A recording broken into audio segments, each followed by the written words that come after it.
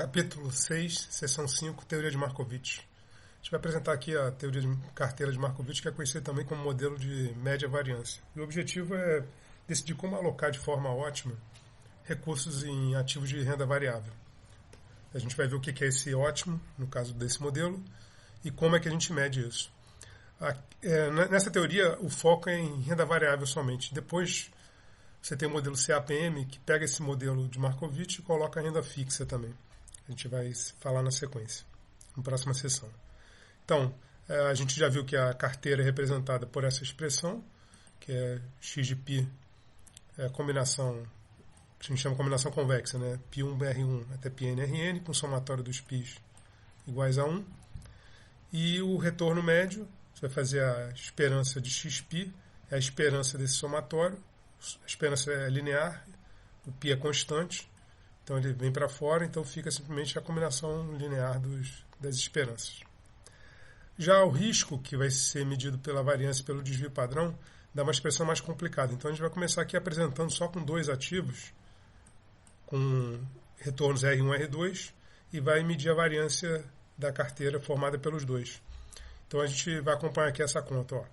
Primeiro você coloca aqui o que é a variância de xπ, é a esperança de xπ menos a média de xπ, tudo isso ao quadrado. Esse quadrado ele vai ficar aqui nessas três partes, três primeiras linhas aqui. Ó. Então, aqui nessa primeira parte, a gente vai expandir quem é xπ, é a combinação linear de R1 e R2. Então, eu botei aqui a combinação linear. Agora sim, eu vou usar a linearidade aqui. Então, eu vou ter que a esperança de π1R1 é π1 esperança de R1 é μ1. Eu vou botar esse símbolo para ficar mais curto, que é para a média do primeiro ativo, e mesma coisa para a média do segundo ativo. Então, isso é o que a gente tem aqui dentro ao quadrado. Agora sim, a gente vai levar ao quadrado isso. Então, isso aqui é tipo A mais B ao quadrado, é o primeiro ao quadrado, mais duas vezes o primeiro vezes o segundo, mais o segundo ao quadrado. Então, primeiro ao quadrado vai dar π ao quadrado, que é uma constante, vem para fora, e isso aqui é o quadrado que eu deixei aqui. O último ao quadrado é a mesma coisa, fica π2 ao quadrado esperança, e o termo misto dá duas vezes π1, π2, que vem aqui para fora, esperança do produto dos dois. Bom, isso aqui nada mais é que a covariância de x1 com x1, que é a mesma coisa que a variância, que é a esperança de R1 menos μ1 ao quadrado. Aqui é a mesma coisa com relação ao R2, μ2. E aqui você tem a covariância do x1, x2. Aqui seria 2π1, π2. Isso aqui está errado, depois eu tenho que ajeitar. 2π1, π2, a covariância de x1 com x2. A gente pode escrever isso como um somatório em IJ, do πi, πj, covariância de x e xj. Por quê? Quando I e j forem igual a 1, você está com π1 ao quadrado, covariância de x1, x1. Quando I e j forem iguais a 2, você está no termo π2 ao quadrado, covariância de x2, x2. E quando um for 1 e outro for 2, aí você está no termo misto, que aparece duas vezes. Vai aparecer π1, π2 e π2, π1. Que é o 2π1, p2, covariância de x1, x2. Isso pode ser escrito também em forma matricial. Isso é muito importante. Você coloca aqui a matriz de covariância.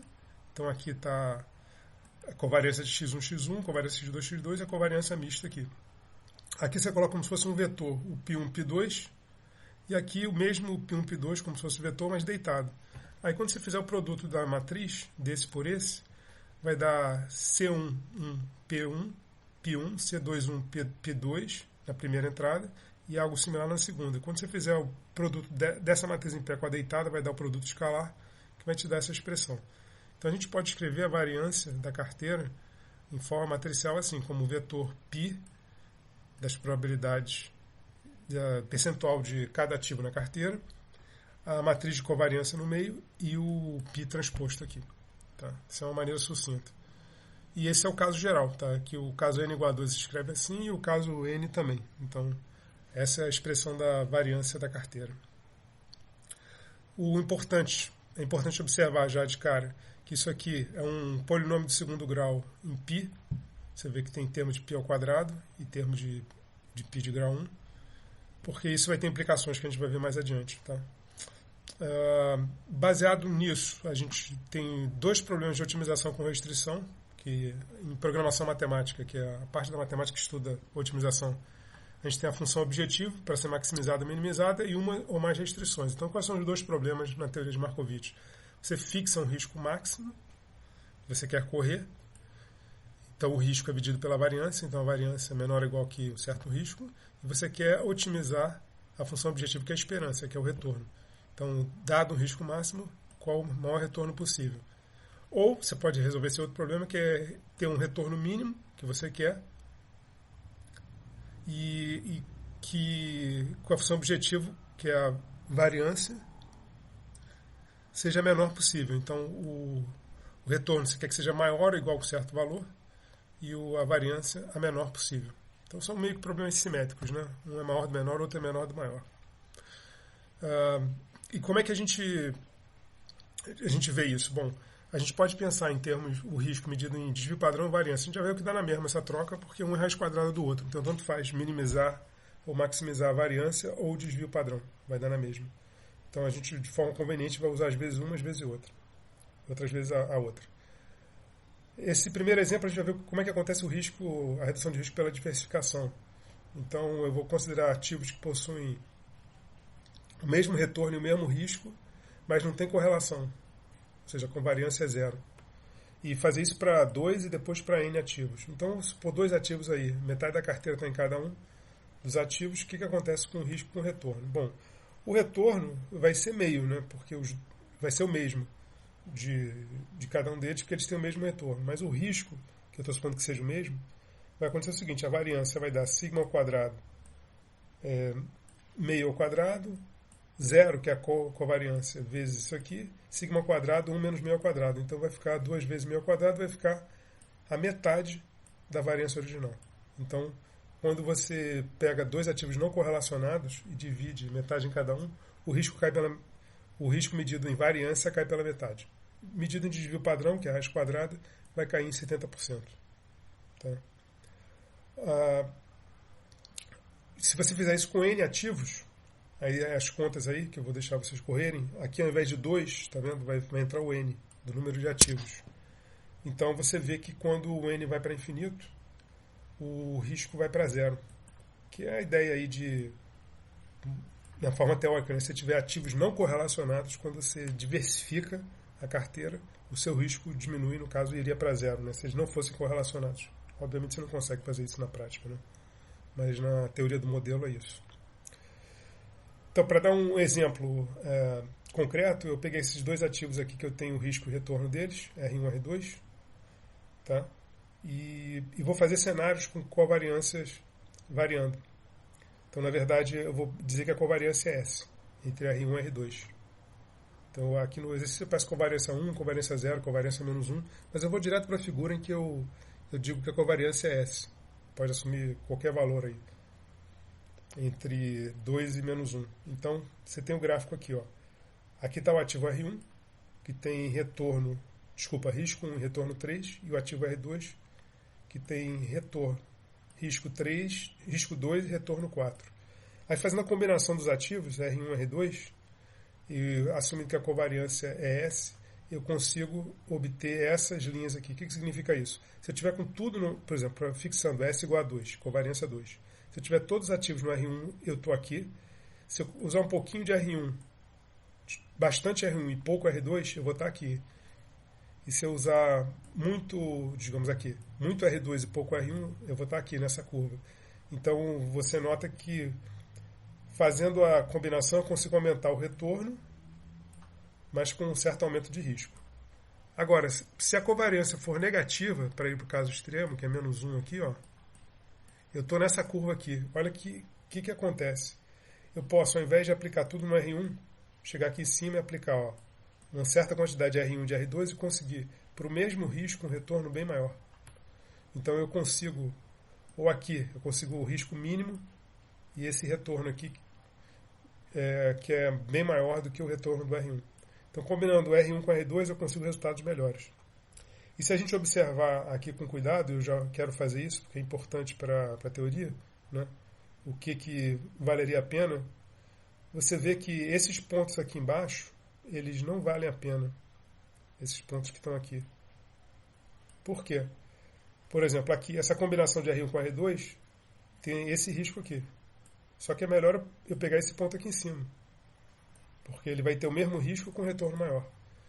Mesma coisa esse ponto aqui não vale a pena, porque eu tenho um ponto aqui correspondente que tem o mesmo risco, mas o retorno maior. Então, se você pensar um pouquinho, você vai ver que essa parte de cima da curva aqui é a única parte interessante do risco-retorno que eu tenho aqui. Essas combinações de carteira aqui embaixo, elas não são boas, essas aqui. E a mesma coisa vale para outros níveis de covariância, né? Se eu fixar aqui essa covariância, essa aqui, por exemplo, essa parte aqui de baixo da curva não vale a pena, o que vale a pena é essa parte de cima, que é a chamada fronteira eficiente de Markowitz, que a gente vai definir mais adiante, mas já estou me adiantando aqui. Bom, tem esse lema que eu não vou provar aqui, mas o risco-retorno de dois ativos é uma parábola ou uma hipérbole, dependendo como você mede o risco. Se o risco for medido em variância, é uma parábola. Se for em desvio padrão, é uma hipérbole. Então aqui está em variância, então isso aqui são parábolas, na verdade, arcos de parábola. No próprio exercício, se você olhar a equação aqui, aparece claramente que é uma parábola. Por isso que eu fiz as contas explícitas na solução desse problema. Dá para fazer com facilidade. Mas aí você tem o teorema geral, que eu até provo aqui, mas eu não vou fazer aqui nessa apresentação. Bom, então, numa carteira com dois ativos, se você fixar um certo nível de covariância, você vai ter a chamada bala de Markowitz. É o nome que eles dão a esse formato aqui de parábola, tá vendo? Parece uma bala, né? Sendo que na bala de Markowitz tem essa parte superior aqui que eu falei, que é a fronteira eficiente, e tem essa parte aqui inferior, que é descartada porque não vale a pena investir nessas combinações aqui, porque você tem sempre a opção melhor aqui em cima, na fronteira eficiente. Então, com 3 ativos, eu vou mostrar agora a bala de Markowitz com 3 ativos, ali era com 2. Então eu fixei os ativos e usei um software, eu fixei certas covariâncias entre esses 3 ativos, e com o software eu gerei carteiras e fui botando pontos. Então cada ponto aqui representa combinações de um pouquinho de R1 com um pouquinho de R2 com um pouquinho de R3. Então esse ponto aqui, por exemplo, você está usando, vamos supor, 20% disso, 10% disso e 70% disso, ou coisa assim. E aí, sorteando esses percentuais, eu fui gerando essas curvas aqui. Aqui a gente já vê, eu vou me adiantar, ó, uma forma de parábola aqui, tá vendo? Aqui em volta. Aqui também parece um arco de parábola, e aqui também. E de fato é isso que acontece. Sendo que, novamente, esses pontos que eu não estou aparecendo aqui no meio, é porque eu não plotei, mas na verdade isso aqui é tudo cheio, tá? Isso aqui seria tudo pintado. Não é só esses pontos de combinação, porque eu fiz algumas combinações finitas, né? Não preenchi tudo. Mas você observa que, novamente, dentro daquela ideia de fronteira eficiente, não vale a pena, por exemplo, pegar um ponto interior. Por quê? Para esse nível de risco, você pode pegar esse aqui na fronteira, ó, que tem um retorno maior. Mesma coisa para esse, é melhor ir aqui para cima, pegar esse ponto aqui. Mesma coisa para esse, é melhor pegar um ponto aqui.